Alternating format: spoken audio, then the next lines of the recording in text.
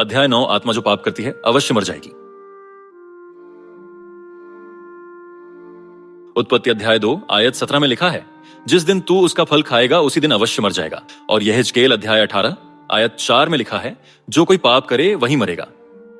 इन वचनों के कारण आत्मा को अस्वीकार करने वाले कहते हैं कि जब शरीर मरेगा तब आत्मा भी मर जाएगी। निश्चय ही सच्ची बात है कि जब एक पापी मरेगा तब उसकी आत्मा भी मरेगी। शरीर भूमि की मिट्टी से बनाया गया है और आत्मा परमेश्वर से दी गई है। इसलिए शरीर की मृत्यु और आत्मा की मृत्यु में अंतर है। शरीर की मृत्यु पहली मृत्यु है और आत्मा की मृत्यु दूसरी मृत्यु है। पहली मृत्यु यानी शरीर की मृत्यु उस शरीर के पाप के कारण है जो सभी मनुष्यों के पूर्वज आदम से प्राप्त किया गया। दूसरी मृत्यु यानी आत्मा की मृत्यु उस पाप के कारण है जो हर एक ने स्वयं स्वर्गदूतों की दुनिया में किया। बाइबल कहती है कि प्रत्येक का न्याय उसके कामों के अनुसार किया जाएगा। जो काम हर एक ने स्वर्गदूतों की दुनिया में किया वह इस दुनिया में भी फिर से दोहराया जाता है। इसलिए उसका न्याय आत्मा और शरीर दोनों में किया जाएगा। आत्मा के विषय में जो हम कहते हैं वह मनुष्य की आत्मा की अमरता का सिद्धांत नहीं, जिसे कैथोलिक चर्च या प्रेस्बिटेरियन चर्च सिखाते हैं, परंतु यह बाइबल की शिक्षा है कि केवल पाप करने वाली आत्मा नहीं, पर पाप करने वाले स्वर्गदूतों का भी न्याय किया जाएगा और वे अंत में मृत्यु पाएंगे।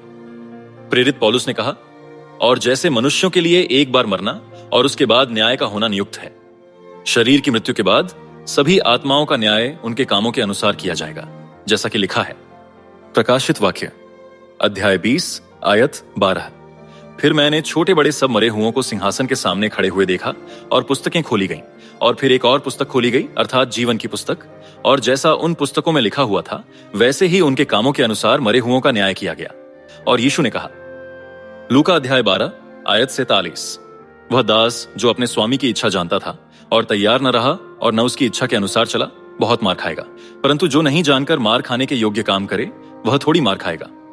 इसलिए इसमें कोई संदेह नहीं है कि प्रत्येक का न्याय उसके पापों के अनुसार किया जाएगा। ऊपर का वचन हमें स्पष्ट रूप से बताता है कि अंतिम न्याय के दिन प्रत्येक को उसके कार्यों के अनुसार दंड दिया जाएगा, चाहे 1 घंटे या 1 दिन या 1 पीढ़ी के लिए हो। उसके पापों की मात्रा के अनुसार दंड दिया जाएगा।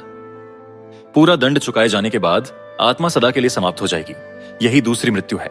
लेकिन शैतान और झूठे नबी जो पूरे संसार को भरमाते हैं, वे रात दिन युगानुयुग पीढ़ा में तद्ध रहेंगे, जैसा कि लिखा है। प्रकाशित वाक्य अध्याय 20 आयत 10। उनका भरमाने वाला शैतान आग और गंधक की उस झील में, जिसमें वह पशु और झूठा भविष्यद्वक्ता भी होगा, डाल दिया जाएगा, और वे रात दिन युगानुयुग पीड़ा में तड़पते रहेंगे।